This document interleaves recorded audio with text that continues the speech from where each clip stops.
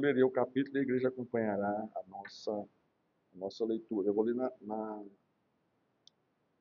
versão NAA, Nova Almeida Atualizada. O português está mais popular. Na sua versão, João Ferreira de Almeida, o português está mais clássico. Mas o sentido é o mesmo. Os princípios também são os mesmos. O que muda é apenas a concordância gramatical do texto. Diz assim a palavra de Deus, Atos 26, capítulo 1. A seguir, Agripa, dirigindo-se a Paulo, disse: você está autorizado a falar em sua defesa. Então Paulo, estendendo a mão, passou a defender-se nestes termos: tenho-me por feliz, ó rei Agripa, pelo privilégio de hoje, na presença do Senhor, poder produzir a minha defesa de todas as acusações que os judeus fazem contra mim, especialmente porque o Senhor é versado em todos os costumes e questões que há entre os judeus. Por isso peço que o Senhor me ouça com paciência. Quanto à minha vida desde a mocidade, como decorreu desde o princípio, entre o meu povo e em Jerusalém, todos os judeus a conhecem. Pois, na verdade, eu era conhecido deles, desde o princípio, se assim quiserem testemunhar. Porque na condição de fariseu vivi conforme o partido mais rigoroso da nossa religião. E agora estou sendo julgado por causa da esperança da promessa feita por Deus aos nossos pais, a qual as nossas 12 tribos, servindo a Deus fervorosamente noite e dia, almejam alcançar. É por causa dessa esperança ao rei que eu sou acusado pelos judeus. Porque se julga incrível entre vocês que Deus ressuscite os mortos. Na verdade, eu pensava que deveria fazer muitas coisas contra o nome de Jesus o Nazareno. E foi exatamente o que fiz em Jerusalém, havendo eu recebido autorização dos principais sacerdotes. Encerrei muitos dos santos na prisão, e quanto os condenava à morte, eu dava meu voto contra eles. Muitas vezes os castiguei por todas as sinagogas, obrigando-os até a blasfemar. E demasiadamente enfurecido contra eles, eu os perseguia até em cidades estrangeiras. Com isso em mente, parti para Damasco, levando autorização dos principais sacerdotes e por eles comissionado. Ao meu dia, ó rei, enquanto eu seguia pelo caminho, vi uma luz no céu, mais resplandecente que o sol, que brilhou ao redor de mim e dos que iam comigo. E caindo todos nós por terra, ouvi uma voz que me falava em língua hebraica: Saulo, Saulo, por que você me persegue? É duro para você ficar dando coices contra os aguilhões. Então eu perguntei: Senhor, quem é você? Ao que o Senhor respondeu: eu sou o Jesus a quem você persegue. Mas levante-se, fique em pé. E eu apareci a você para constituí-lo ministro e testemunha tanto das coisas em que você me viu, como daquelas pelas quais ainda lhe aparecerei. Vou livrar você do seu próprio povo e dos gentios, para os quais eu envio, para abrir os olhos deles e convertê-los das trevas para a luz e do poder de Satanás para Deus, a fim de que eles recebam remissão dos pecados e herança entre os que são santificados pela fé em mim. Assim, ó rei Agripa, não fui desobediente à visão celestial, mas anunciei primeiramente aos de Damasco, e em Jerusalém, e por toda a região da Judéia, e também aos gentios que se arrependessem e se convertessem a Deus, praticando obras dignas de arrependimento. Por causa disso, alguns judeus me prenderam quando eu estava no templo e tentaram me matar. Mas com a ajuda de Deus, permaneço até o dia de hoje, dando testemunho tanto a pequenos como a grandes, nada dizendo a não ser o que os profetas e Moisés disseram que iam acontecer, isto é, que o Cristo deveria padecer e, sendo o primeiro da ressurreição dos mortos, anunciaria a luz ao seu próprio povo e aos gentios. Quando Paulo estava dizendo estas coisas em sua defesa, Festo o interrompeu, gritando: você está louco, Paulo?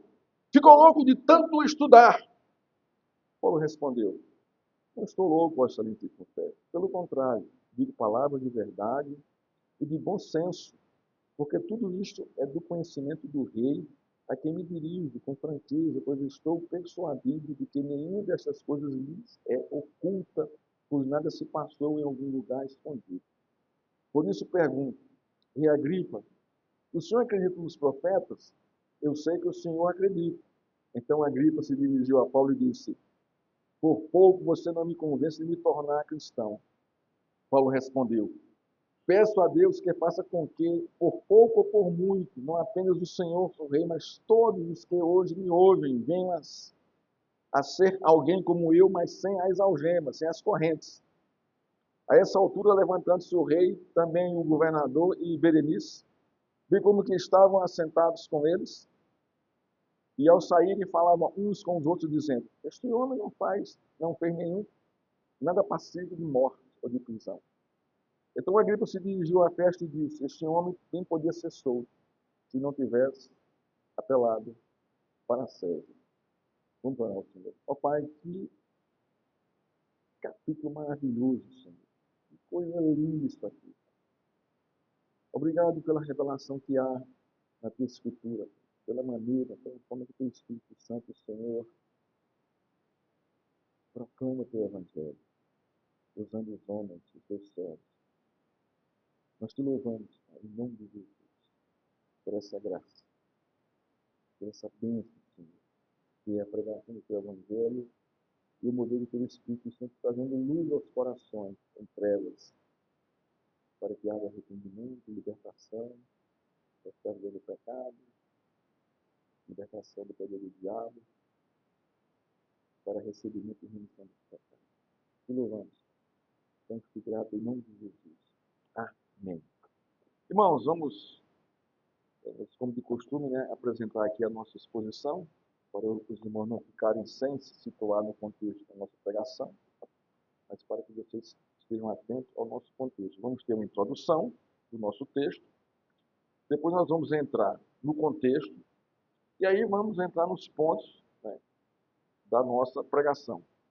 Também vamos falar do tema, da nossa pregação, e depois vamos entrar nos pontos que vamos discorrer aqui da nossa pregação. Vamos trazer aqui uma breve introdução ao nosso texto. Na introdução vamos trazer o significado da expressão bem-aventurado e feliz, pois elas têm a ver com o que Lucas narra no capítulo 26 com respeito à felicidade de Paulo em sua defesa diante do rei Agripa. Bem-aventurado significa alguém abençoado, feliz. A palavra quer dizer isso. Macarios, no grego. A palavra literal felicidade só aparece no Antigo Testamento. Vejamos alguns em que livros aparecem seus significados. Em Gênesis 30, 13, significa declarar feliz. Em Deuteronômio 24, 5, estar alegre. Em Esté 8, 16, luz da alegria. Em Jó 25, agradável. Em Jó 30, 15 e 36, 11, bem-estar. A relação da felicidade no Velho Testamento e da bem-aventurança no Novo Testamento tem a ver com a comunhão fiel do povo de Deus com Ele. No contexto do Novo Testamento, o significado da bem-aventurança, felicidade, está claramente revelado em Mateus 5, 9 a 12. Vejamos agora o significado de felicidade no contexto do mundo, no dicionário. Abre aspas, diz assim: segundo o dicionário, felicidade é um sentimento de bem-estar, contentamento.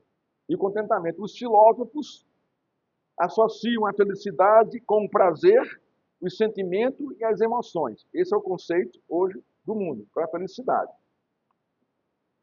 Então, aqui a nossa primeira aplicação aqui na introdução. Não podemos interpretar as bem-aventuranças, feliz ou abençoado, conforme o conceito do mundo de felicidade. No conceito do mundo, a felicidade está associada ao prazer, ao sentimento e às emoções. Nesse sentido, a felicidade depende do que você sente, dos seus prazeres e dos seus sentimentos. Quando você não sente nem emoções, nem prazer, nem sentimento, você é uma pessoa infeliz. Então a gente não pode comparar, em hipótese alguma, as bem-aventuranças com o conceito de felicidade ou de feliz no mundo. A felicidade do cristão não depende dos prazeres, dos sentimentos e das emoções. A felicidade do cristão está fundamentada na palavra de Deus e suas promessas, independentemente de qualquer circunstâncias, emoções, prazeres e sentimentos. Haja vista aqui o contexto de Paulo. Olha que coisa linda aqui. Tenho-me por feliz. A palavra feliz aqui é a mesma lá de Mateus 5, 9, Mateus 5, 9 a 12, as bem-aventuranças, Macários, a mesma palavra.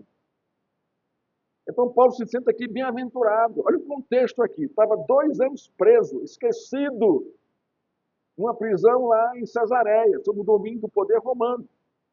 E se apresenta lá para seu julgamento, feliz da vida. Feliz da vida. Né? Agora vamos aqui ao nosso contexto.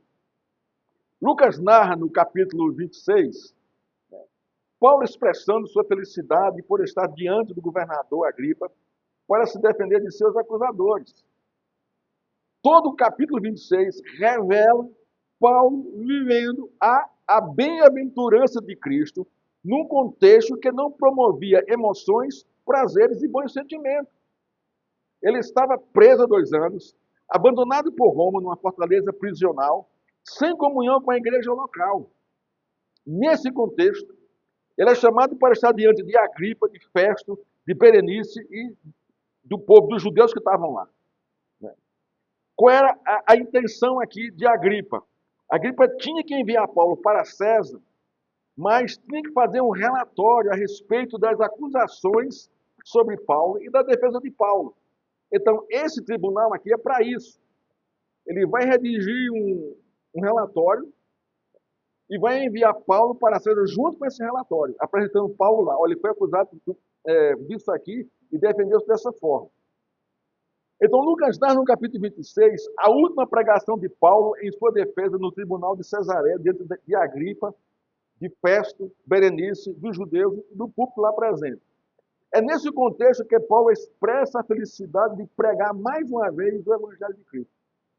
Olha a cabeça de Paulo, a motivação dele aqui. Nessa narrativa, Lucas quer nos informar, ou quer informar aos seus leitores, os fundamentos da felicidade de Paulo. A primeira está em Mateus 5,4. Bem-aventurados os que choram, porque serão consolados. Lembrando que Paulo foi espancado pelos judeus, acusado e preso injustamente. Nesse contexto, né, Jesus se põe ao lado dele para consolá-lo. E aqui está a sua felicidade. Né? Segundo fundamento, está em Mateus 5,6. Bem-aventurados que têm fome e sede de justiça, porque serão saciados. Jesus saciou Paulo com a graça do livramento e com a esperança da vida eterna, fazendo justiça sobre os seus algozes no tribunal divino.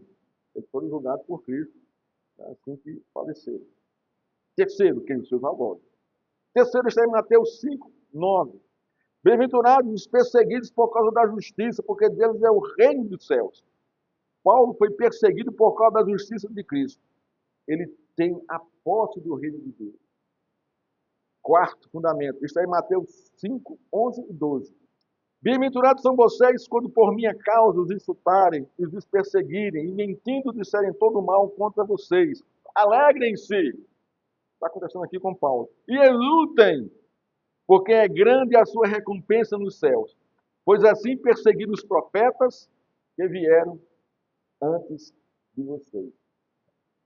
Irmãos, não podemos olhar para Atos 26, sem os óculos de Mateus 5, 3 a 12.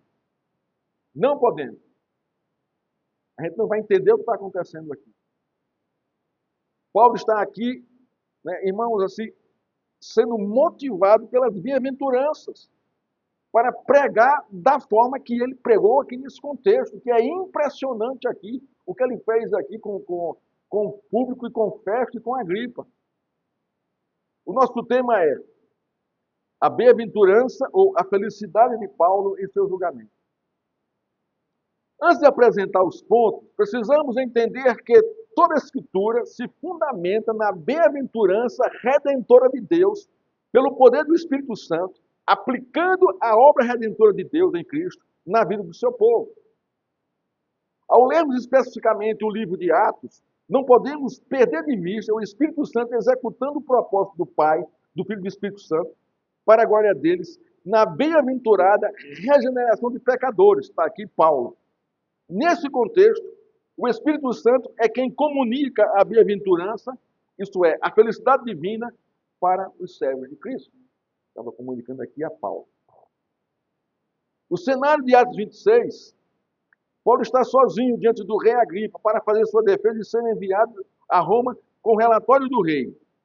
Nosso interesse, conforme a narrativa, é revelar a ação soberana de Deus por meio do Espírito Santo naquele contexto, revelando que a felicidade de Paulo estava fundamentada nas bem-aventuranças de Mateus 5, 3 a 12, para glorificar o nome de Cristo. Paulo não estava aqui preocupado em livrar sua pele, irmão. Não estava. Ele estava aqui em proclamar a glória do Senhor. Ele está feliz por isso. Nós vamos dividir o nosso texto nos seguintes pontos.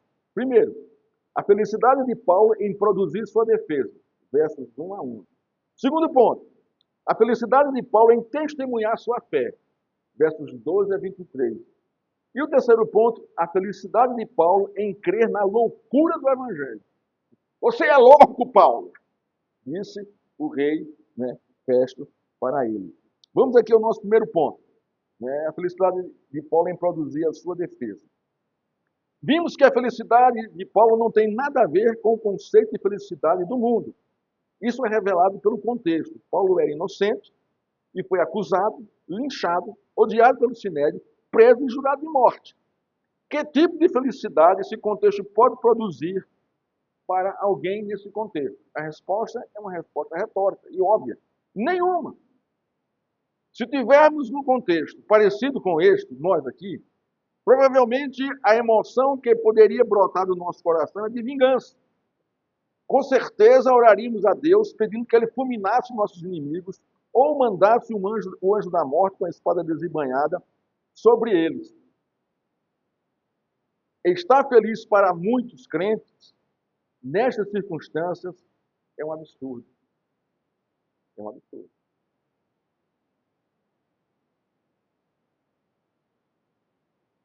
Não é verdade, irmãos? Quando nós sofremos muitas injustiças, algumas pesadas, algumas mais leves, outras mais moderadas, provavelmente a nossa motivação é essa, de vingança. Senhor, peço que o anjo do céu mata esse povo, comigo esse povo. Não há alegria em fazer uma relação com as bem-aventuranças. Bem-aventuradas pessoas quando sejam injustiçadas, sejam como de justiça, perseguidos por causa do meu nome. Para Paulo, todo aquele contexto trouxe felicidade. Diz o verso 2. Tenho-me por feliz, ó rei Agripa, pelo privilégio. A palavra privilégio está na minha versão, na sua versão não está. De hoje, na presença do Senhor, poder produzir a minha defesa de todas as acusações que os judeus fazem contra mim. Agora, observe aqui, Paulo está usando uma estratégia para evangelizar e confrontar com a luz do Evangelho a vida de Festo, Agripa, Berenice e os ouvintes. Observe aqui, a gente vai ver aqui a estratégia de Paulo nesse contexto aqui. Não é simplesmente produzir a defesa. Seria muito fácil isso, mas Paulo não está querendo em si produzir sua defesa. Ele quer alcançar, ele quer penetrar o coração deles, com a mensagem do Evangelho. Agora, veja só. Quem é o rei Agripa? O pastor Hernandes comenta em seu livro em seu comentário do livro de Atos.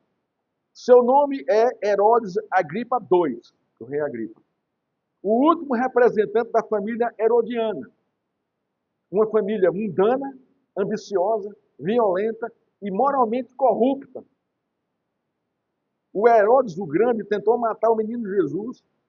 Seu filho Herodes Antipas decapitou João Batista. E Herodes Agripa I, irmão do Agripa II, mandou matar Tiago e prendeu Pedro para matá-lo mais depois da Páscoa. Então, essa é a família de Herodes e Agripa aqui. Paulo está diante de um homem mau, perverso, mundano, ambicioso, violento e devasto, que fez um grande estrago para a igreja do Senhor. Que alegria poderia brotar do coração de Paulo diante de um homem como este? Humanamente nenhuma. A alegria de Paulo não vem das circunstâncias, mas do fato de testemunhar o evangelho de Cristo para Agripa. No verso 2, a palavra central é feliz. No contexto é bem-aventurado, que expressa a bênção de Deus sobre Paulo. Na versão King James, de 2021, a tradução do texto diz assim, no verso 2: Ó rei Agripa, considero-me abençoado por poder estar em sua presença. Olha só o que está acontecendo aqui. Deus me abençoou com esse momento. E eu vou aproveitá-lo da melhor forma possível para pregar o evangelho para vocês. Eu fui abençoado com isso, em estar nesse contexto aqui. Eu sou um bem-aventurado. Eu estou falando. Eu sou feliz. Né? Irmãos, é impactante, né, o modo que Paulo se apresenta, muito diferente dos modos anteriores.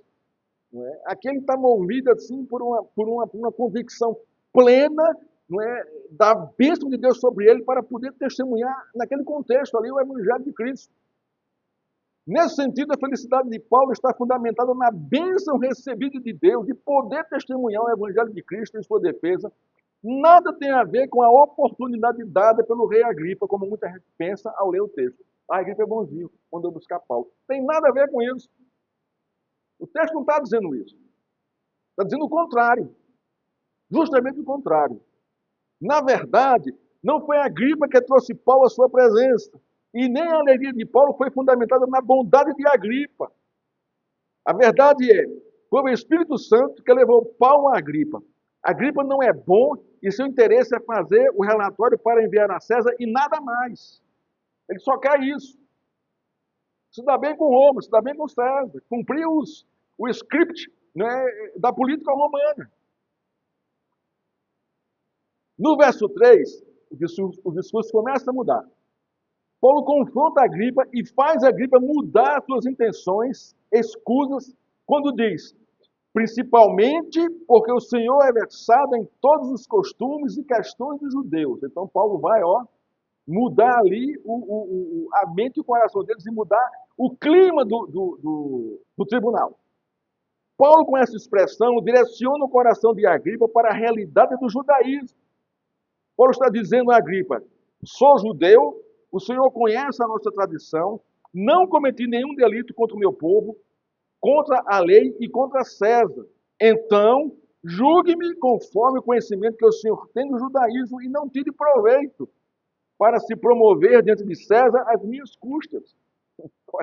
Olha como Paulo está sendo sábio aqui, irmão. Nos versos 4 a 11, Paulo testemunha a sua mocidade vivida em Jerusalém. Todos os judeus lhe conheciam, mas eles não quiseram testemunhar verdadeiramente esse fato. Ele foi rigoroso no cumprimento da lei, né? e era um fariseu leal. Mas os judeus que os acusavam não quiseram testemunhar isso, porque era uma acusação falsa. Paulo está feliz por testemunhar a esperança da ressurreição em Cristo. O pastor Hernandes comenta mais uma vez, abre aspas.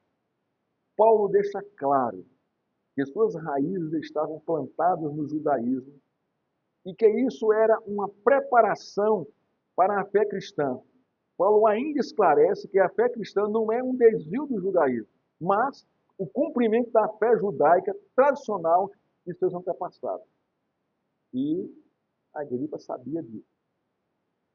Paulo desfrutava da recompensa das bem-aventuranças de Cristo, consolo, saciedade de justiça, podia ser chamado de filho de Deus, dele era o reino dos céus, a alegria, a exultação e a recompensa dos céus, porque estava sendo perseguido por causa de Cristo. Por isso que ele estava alegre. Aplicação para nossa vida desse primeiro ponto. Nosso testemunho cristão reflete as bem-aventuranças de Cristo diante de Deus e dos homens, ou vestimos uma capa da religiosidade para aparentar que somos bem-aventurados? Ou você não percebe isso, que você é um bem-aventurado? O que você diz nesse contexto hoje? Observe o testemunho dos judeus que perseguem Paulo. Qual bem-aventurança se encaixa neles? Eles criam e seguiam a lei de Deus, mas queriam matar Paulo, irmão de fé, compatriota. Eles vestiam a capa da religião, confessavam a lei e a tradição das Escrituras, da boca para fora, eram hipócritas. Se a nossa felicidade não é o espelho das bem-aventuranças de Cristo reveladas nas Escrituras Sagradas, não somos cristãos. Somos uma coisa esquisita, deformada, sem identidade de Deus. O que nos espera é a justa condenação eterna. Irmão, isso aqui é um confronto para mim e para você. Nós desfrutamos hoje das bem-aventuranças, mas a gente não se dá conta muitas vezes, ou nenhuma vez. E a nossa felicidade depende de quê? Das emoções, das circunstâncias, do dinheiro, da prosperidade, dos prazeres, totalmente fora do contexto bíblico das Escrituras. A nossa felicidade, irmãos, não está movida pelas circunstâncias, pelas coisas, pelos prazeres e emoções. Não está nisso, não. A nossa felicidade está em sermos considerados bem-aventurados por Cristo. Aí sim repousa a nossa felicidade, o nosso gozo, a nossa vida. Veja a situação de Paulo aqui, irmão. E ele está feliz. Isso é um ensino para mim e para você. E um impacto para a Agripa, para Festo, Berenice e o povo lá presente. Eu estou feliz por estar aqui. Quando muitos lá estavam arranjando gente para matá-lo, para vingar, para ver seus sangue sendo derramado. Olha o impacto aqui. O confronto das realidades. A realidade cristã, revelada por Paulo, e a realidade do mundo ali, daquele contexto, daquele tribunal. Todo mundo contra Paulo ali. E Paulo feliz da vida.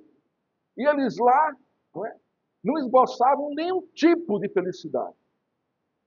Provavelmente estava achando assim uma coisa muito chata, ter que fazer aquele tribunal, ter que ouvir um condenado, ter que fazer um relatório. Ah, como é chato o meu trabalho. Não é assim que a gente diz? Muitas vezes. Aqui eu estou só parafraseando aqui o Festo e a Agripa que estavam naquele tribunal. Né? Ah, que coisa chata é essa? Nossa, que coisa... Doido que chega de sexta-feira para estar livre. Você não está entendendo nada da vida cristã. Se você é crente e age dessa forma. Não está entendendo nada. Você é um bem-aventurado nesse contexto aí. Não existe um outro contexto para o crente. Não existe, irmão. Enquanto formos crentes de igreja, não vamos viver no mar de rosa. Não existe isso para a gente, não. O nosso contexto aqui é ser feliz por causa de Cristo. Nesse contexto aí, testemunhar o Evangelho. Com graça, com alegria. Como Paulo está fazendo aqui. E já confrontou aqui a Agripa. Você conhece o judaísmo. Então, não era nem para você estar me julgando aqui, porque você sabe. E sabe que eu não pratiquei nenhum crime desse, eu fiz do que eu sou acusado. Você sabe da minha inocência. E por que você não me solta? Por causa, não, tem que passar, tem que estar bem dentro dos judeus, dentro do sinédrio. Então, vamos lá, vamos fazer aqui a jogada. Aqui. O Paulo está aqui feliz da vida. Feliz da vida. Segundo ponto. A felicidade de Paulo em testemunhar a sua fé. Versos 12 a 23. Na narrativa da ida de Paulo a Damasco para perseguir os crentes judeus convertidos a Cristo, nesse contexto, tem algo novo do diálogo de Jesus com ele, no contexto aqui que a gente leu aqui. Ele revela isto no testemunho da sua conversão a Agripa. Não vemos mais Paulo falando sobre isso em suas cartas. Olha só, olha aqui o que tem novo aqui nesse contexto aqui. Ele diz aqui, a partir do verso 14. E caindo por terra, e caindo todos nós por terra, então aqui ele já fala que todo mundo caiu por terra, né? Ouvi uma voz que me falava em língua hebraica. Saulo, Saulo, por que me persegues? É duro para você ficar dando coisas contra os aguilhões. Isso aqui é novo aqui no testemunho de Paulo.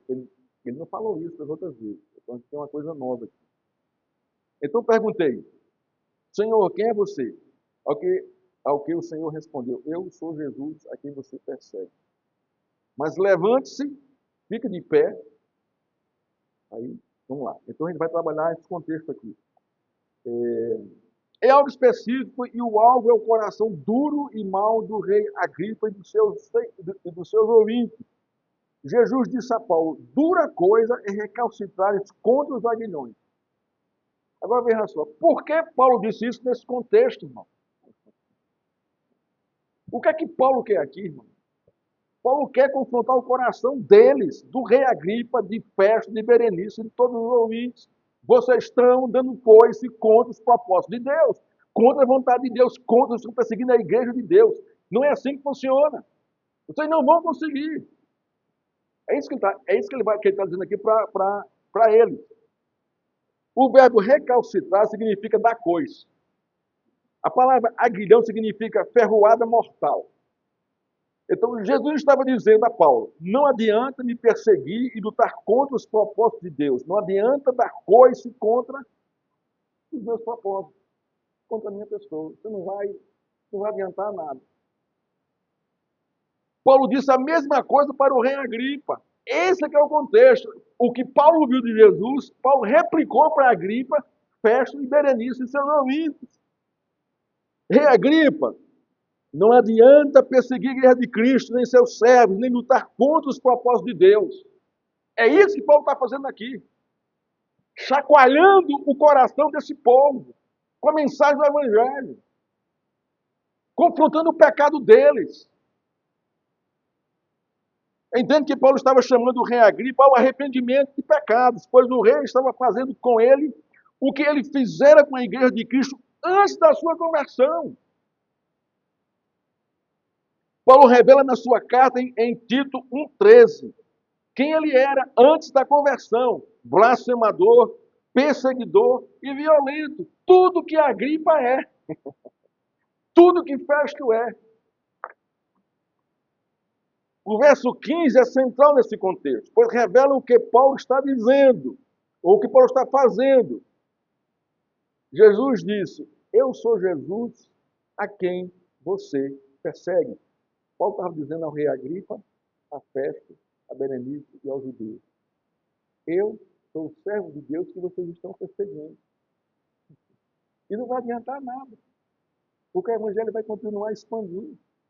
A mensagem vai continuar sendo pregada. E como ele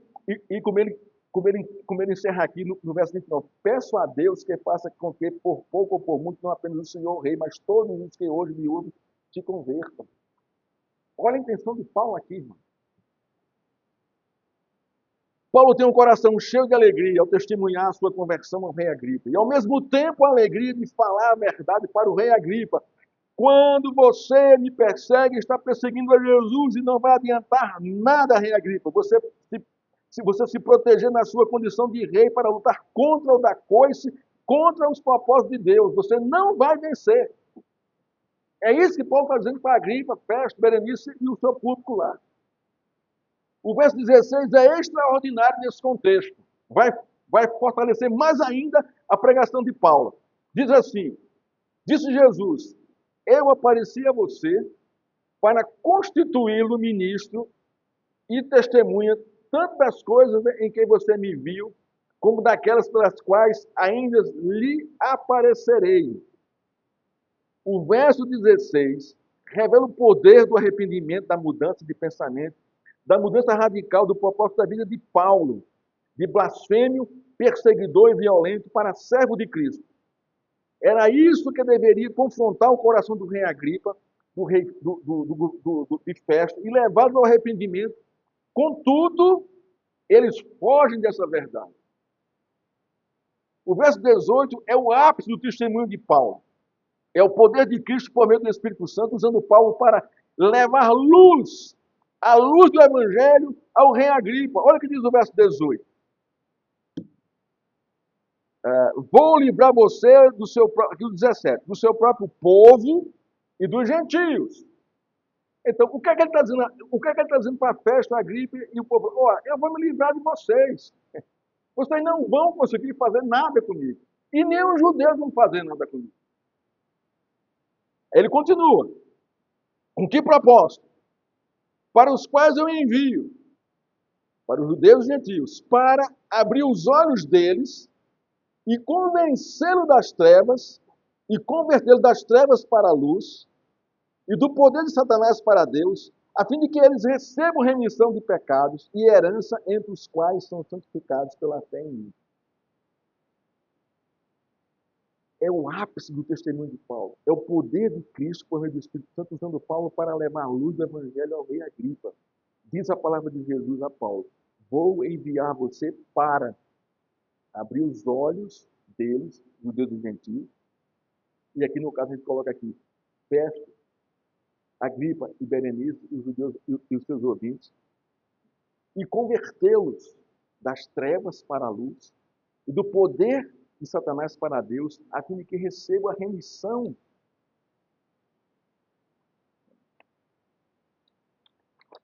dos pecados e herança entre os que são santificados pela fé em mim. Paulo está cumprindo o propósito de Deus, confrontando o pecado do rei Agripa com o poder do Evangelho, abrindo os olhos deles para convertê-lo das trevas para a luz, do poder de Satanás para Deus, para que ele receba a remissão dos pecados e a herança da vida eterna. É isso que Paulo está fazendo, irmão. Não é mais do que isso. Se você não consegue ver este fato, você está cego para o derramar da graça de Deus sobre a vida de Agripa, dos ouvintes, de Festo, de Berenice e de todos os pecadores judeus e gentios no mundo de hoje, né, por meio da pregação do Evangelho de Cristo. Os versos 19 e 20 revelam a felicidade de Paulo quanto ao seu chamado e vocação. Ele diz: não fui desobediente à visão celestial.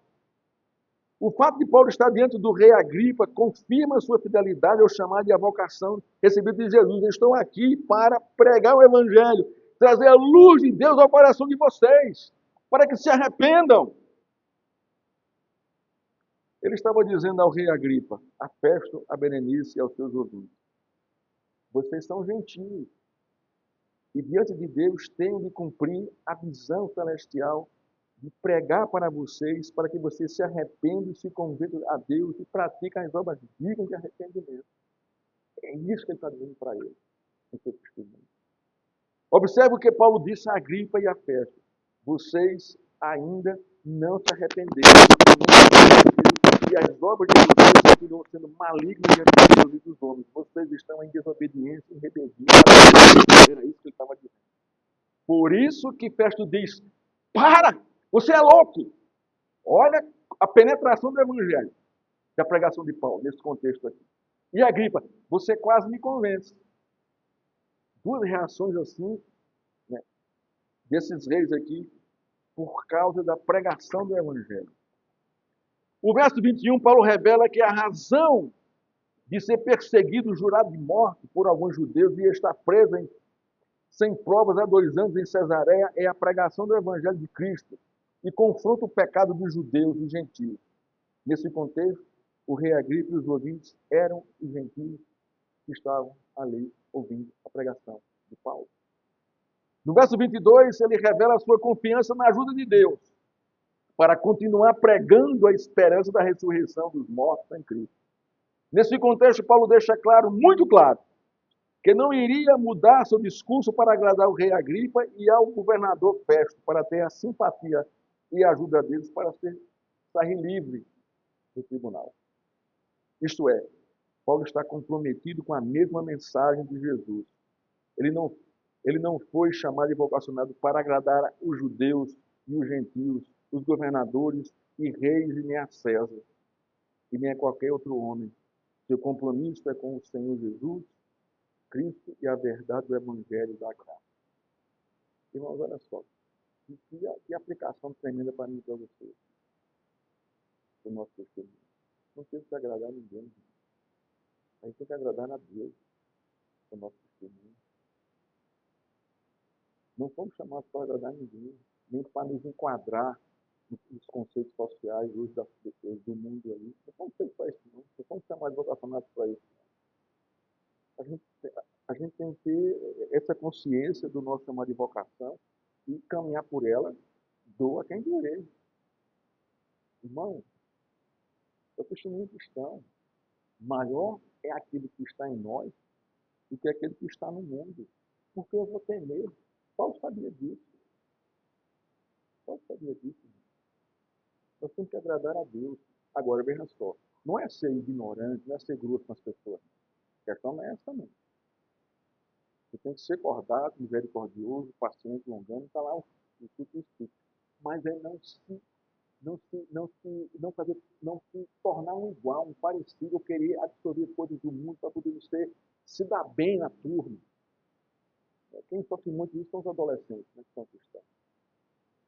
Que querem a todo custo participar ali do grupinho, mas aí tem que se enquadrar naqueles conceitos. E no nosso contexto é a mesma coisa. A mesma coisa, a gente não tem que fazer isso, não. A gente pode ser gentil, educado e dizer, não, eu amo a Cristo. Não, esses valores não pertencem aos meus princípios, não faz parte dos meus princípios. É uma forma muito simples. Isso vai confrontar as pessoas. E é o que Paulo está fazendo aqui, né? Ele não se rendeu, ele não se vendeu. Né? No verso 23, seu compromisso com a mensagem de Cristo, né, é com a mensagem de Cristo. Ele volta a usar a palavra luz para alcançar o coração de Agripa e de Festo. Paulo usou a palavra luz 3 vezes no capítulo 26, no verso 13, no verso 18 e no verso 23. Qual o significado de luz no contexto? Significa o seguinte: tornar as coisas manifestas, revelar a verdade moral e espiritual de Cristo. Isso é verdade, isso é o significado da palavra luz no contexto. Paulo estava manifestando as trevas do coração dos seus ouvintes. Vocês são pecadores. E revelando a verdade moral e espiritual de Cristo, para que eles se arrependessem por meio da luz do Evangelho. Isso é tremendo, irmão. Aplicação desse ponto para mim e para a sua vida. Vamos observar os seguintes textos para a nossa aplicação. Primeiro texto, 1 João 1,5. Ora, a mensagem que da parte dele temos ouvido e vos anunciamos é esta: que Deus é luz e não há nele trevas nenhuma. O que isso diz? Se temos a luz de Deus, não há comunhão nossa com as trevas. Segundo texto, Mateus 5,14. Vós sois a luz do mundo. Não se pode esconder a cidade edificada sobre um monte. Você não pode, não tem como esconder sua luz. Você não pode fazer isso. Terceiro texto, Mateus 5,16. Assim, brilha a vossa luz diante dos homens, para que vejam as vossas boas obras e glorifiquem a vosso Pai que está no céu. O confronto aqui da luz que há em nós com as trevas que há no mundo aí. E o quarto e último texto, Mateus 6,23. Se, porém, teus olhos forem maus, todo o teu corpo está em trevas. Portanto, caso a luz que em ti há sejam trevas, que grandes trevas serão. Esse verso aqui, Mateus 6,23, se encaixa com o Festo, Agripa, Berenice e o público lá que estava lá ouvindo a pregação de Paulo. Terceiro e último ponto, irmão, da nossa exposição. A felicidade de Paulo em crer na loucura do Evangelho. Isso aqui me encanta, velho. Essa coisa aqui é. Nosso último ponto está fundamentado na reação de Festo ao ouvir a pregação do Evangelho da graça de Cristo, que diz assim: estás louco, Paulo, as muitas letras te fazem delirar. E na reação de Agripa, ao ouvir o Evangelho da graça de Cristo: por pouco você não me convence de me tornar um cristão. Vejamos primeiro a reação de Festo ao receber a luz do Evangelho de Cristo. A palavra louco no contexto significa delirar mentalmente, estar perturbado. Delírio mental e perturbação mental. O poder da pregação de Paulo foi tão impactante e confrontador que desesperou a Festo e a Agripa. Trouxe desespero ao coração deles. Foram confrontados de tal forma que não tinha como escapar a não ser negando ou rejeitando o que estavam ouvindo. E foi o que eles fizeram. Foi o que eles fizeram. Festo interrompe Paulo aos gritos, chamando Paulo de louco.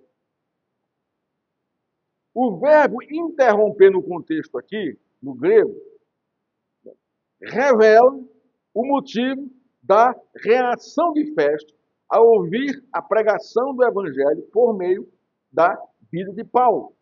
Este verbo significa ser trazido à luz, tornar-se visível. Olha que coisa interessante. O verbo interromper significa isso. Ser trazido à luz, tornar-se visível. Vamos traduzir aqui no texto o que aqui significa aqui no texto. Festo, ao ouvir a pregação de Paulo, foi levado pelo Evangelho de Cristo, mediante o poder do Espírito Santo, à luz de Deus e ao conhecimento do seu pecado. Festo recebeu a revelação da luz de Deus e seu pecado foi exposto a ele. Ele não suportou esta realidade e, gritando, chamou Paulo de louco e mandou Paulo parar de pregar. Por quê? Ele foi trazido à realidade da vida dele e tornou-se visível para ele o seu pecado diante de Deus e dos homens. Irmão, ninguém suporta isso. Ninguém suporta isso mais hoje na igreja. Hoje parou-se de pregar em pecado. Hoje parou-se de trazer as pessoas para essa realidade, ou lançá-los do Evangelho para que elas entendam e vejam quem elas são, conforme o Evangelho descreve quem elas são, pecadoras, rebeldes contra Deus, que o fim é o inferno, é a condenação eterna. Mas ninguém quer ser chamado de pecador. Você pode chamar de todo o nome que for possível às pessoas, elas não vão se ofender. Agora, chama de pecador. Você é um pecador. Para você ver uma coisa, a reação dela. O que é que vai acontecer? Ela vai bater em você. Você pode chamar de qualquer palavrão, qualquer palavra indecente. Ela vai ouvir, vai responder, mas não vai se sentir ofendida com aquilo, mas chama de pecador para você ver uma coisa. E o que está acontecendo aqui é justamente isso. O Evangelho trouxe luz e revelou quem Festo é, revelou quem Agripa é, revelou quem Berenice é e revelou quem são os ouvintes diante de Deus. A luz entrou e penetrou e trouxe a luz do pecado deles. E Festo não suportou, irmão. Por isso que ele mandou Paulo calar a boca. Não é porque Paulo estava louco, porque a loucura do Evangelho, né, promove isso. Vamos mais ver isso aqui. Vamos continuar aqui. Quando, fielmente, o Evangelho de Cristo é pregado a pecadores, eles têm duas reações. A primeira é cair por terra, reconhecendo seu pecado, clamando o perdão e a misericórdia de Deus, como aconteceu com Paulo. A segunda é rejeitar da maneira mais grotesca a luz de Deus que penetrou o coração dele.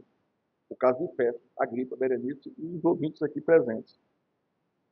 Festo foi impactado pela loucura da pregação do Evangelho de Cristo e resistiu à luz que penetrou o seu coração, revelando quem de verdade ele era. Ele resistiu ao poder do Evangelho de Cristo de modo desesperador, grotesco, preferindo as trevas. Paulo, cale a boca. Não quero mais lhe ouvir.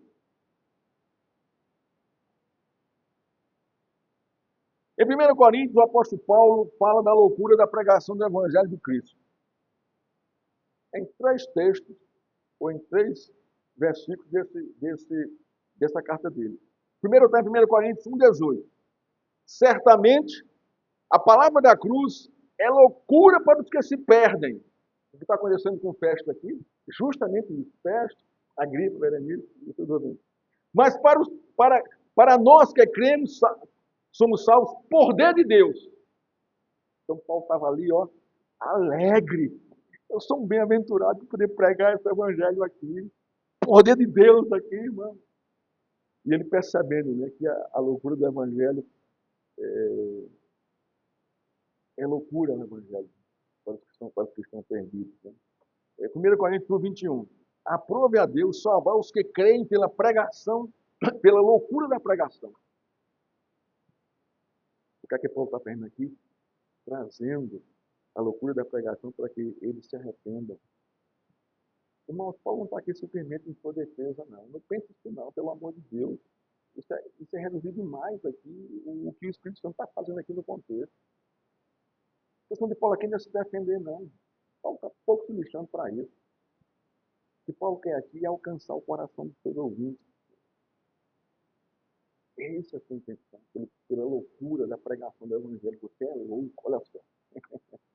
Combate o contexto aqui. E o último verso aqui, 1 Coríntios 1, 23.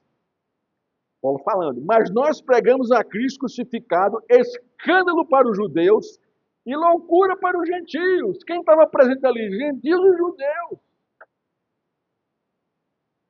Logicamente aqui, Lucas trata aqui da reação dos gentios. Você é louco, Paulo. Tanto Festo como Agripa se encaixam nesses versos, e não só ele, mas todos os que ouvem e resistem à luz do Evangelho de Cristo hoje, em nosso contexto. No verso 25, Paulo responde a Festo. Não estou louco, ó excelentíssimo Festo. Olha só o trato de Paulo com ele. Né? Que coisa linda isso aqui, a educação de Paulo e reconhecendo a autoridade dele. Ele não desmereceu. Né? Pelo contrário, digo palavras de verdade e de bom senso. A minha consciência está em paz com Deus e com os homens. Ele falou isso na sua defesa anterior. Bom senso. Paulo estava dizendo na festa o seguinte: a luz do Evangelho de Cristo penetrou seu coração, iluminou suas trevas e você resistiu. O louco é o Senhor. Como disse isso em outras palavras. Justamente isso, como está aqui em Coríntios, né? Mas nós pregamos a Cristo crucificado, escândalo para os judeus e loucura para os gentios. O louco é o Senhor, está rejeitando. É nesse contexto, irmãos, que se aplica, né, Mateus 6, 23 aqui, com relação a fé. Se, porém, os teus olhos forem maus, todo o teu corpo estará em trevas. Portanto, caso os que em ti há sejam trevas, que grandes trevas serão. Festo, preferir as trevas. Agora vejamos a reação de Agripa, que não é diferente. A reação de Agripa ao ouvir o evangelho da graça de Cristo foi: por pouco você me convence de me tornar um cristão. O que ele quer dizer com isso, irmão? O que ele quer dizer com isso? A reação de Agripa tem a mesma gravidade da reação de Festo.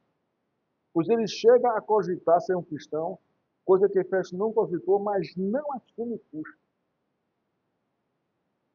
Paulo, no verso 27, afirma que Agripa acreditava nos profetas, mas era da boca para fora.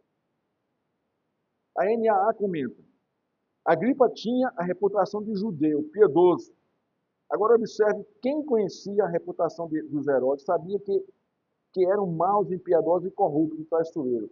Paulo sabia que não podia confiar em Agripa. Contudo, seu objetivo é levar ao arrependimento. Ele quis dizer aqui para ser simpático com Paulo. Só nem isso, mais nada. Festo foi mais autêntico. Agripa foi mais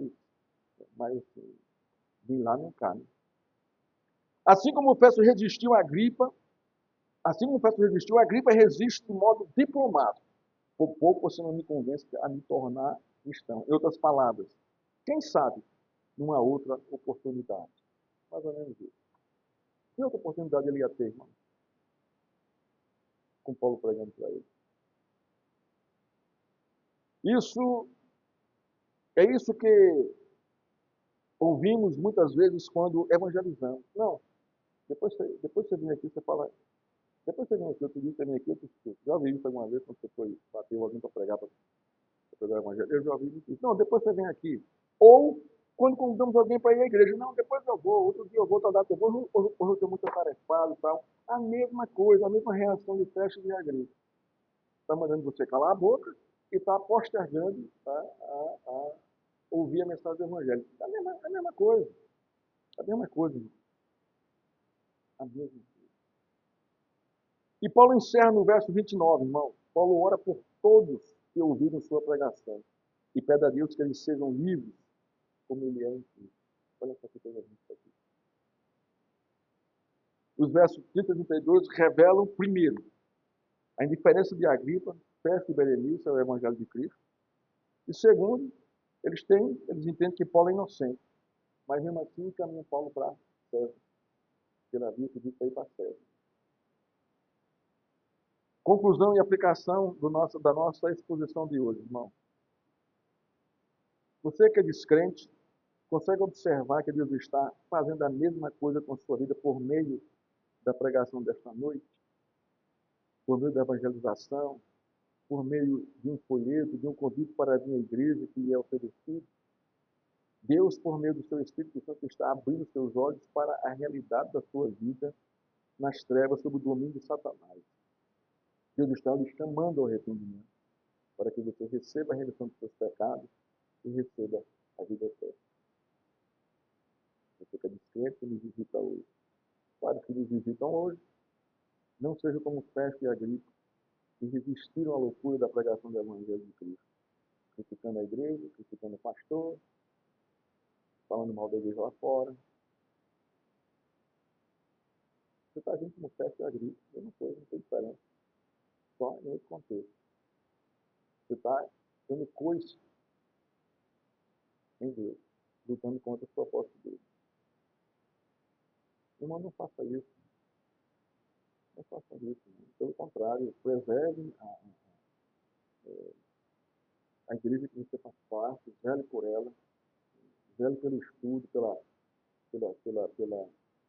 classes de estudo dominical, pela pregação, zele por isso. Hoje de manhã, o Tiago me corrigiu, achei tremendo, eu acredito que eu fiz isso na hora, quando eu falei de Haddad e Abiú, eles ofereceram todo estranho, eles fez tocar a arca, levar a arca de modo errado, não foi. Preservação, correção perfeita dele, veio pelo ensino bíblico. Agora, criticar a igreja, criticar os irmãos, criticar a liderança, mas você está igual a festa e a gripa. Isso é o seu papel, não. Não faço isso, não. Né? Caminhe com a igreja. Viva as bem-aventuranças de Cristo, irmão. Desfrute disso com alegria e com gozo. Vamos chamar isso para isso. Para isso. Paulo estava feliz naquele contexto.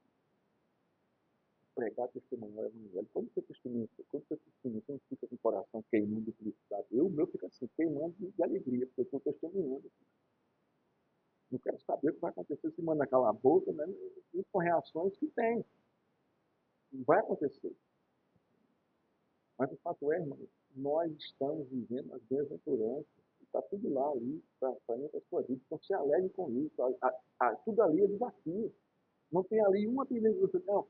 Bem-aventurados que dormem cedo, comem bem e vivem na bênção do Senhor. Não tem isso lá. Bem-aventurados os perseguidos que choram, que têm fome, que têm sede, que são açoitados, que são presos, são escarnecidos. É isso que promove a bem-aventurança. Porque fizeram isso com Cristo e com os profetas do passado. E nós somos o quê? Nós somos no mesmo caminho.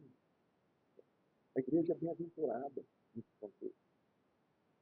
Então, né, seja feliz conforme a Escritura.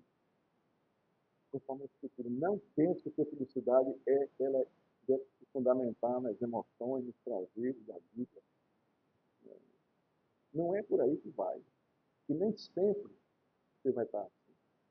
Você vai estar infeliz se você viver desse jeito. Hoje, o salário não deu para nada, acabou. Você já baixa a cabeça, está infeliz. Olha, é isso, cara. Você é um cristão. Não tem esse negócio não, cara. Levanta a cabeça. Você não depende disso. A sua felicidade está nas bem-aventuranças. Está ali, está em Cristo. Eu fui exortado no trabalho. Estou triste. Não sei o quê. Eu estou com uma doença terminal. Irmão, eu sei que é difícil. Mas isso não pode consumir a sua felicidade. Não pode consumir a sua vida. Trate, vá atrás, reage com alegria no coração. É difícil, é um desafio. E qualquer circunstância da nossa vida, a gente deveria estar feliz as circunstâncias da vida.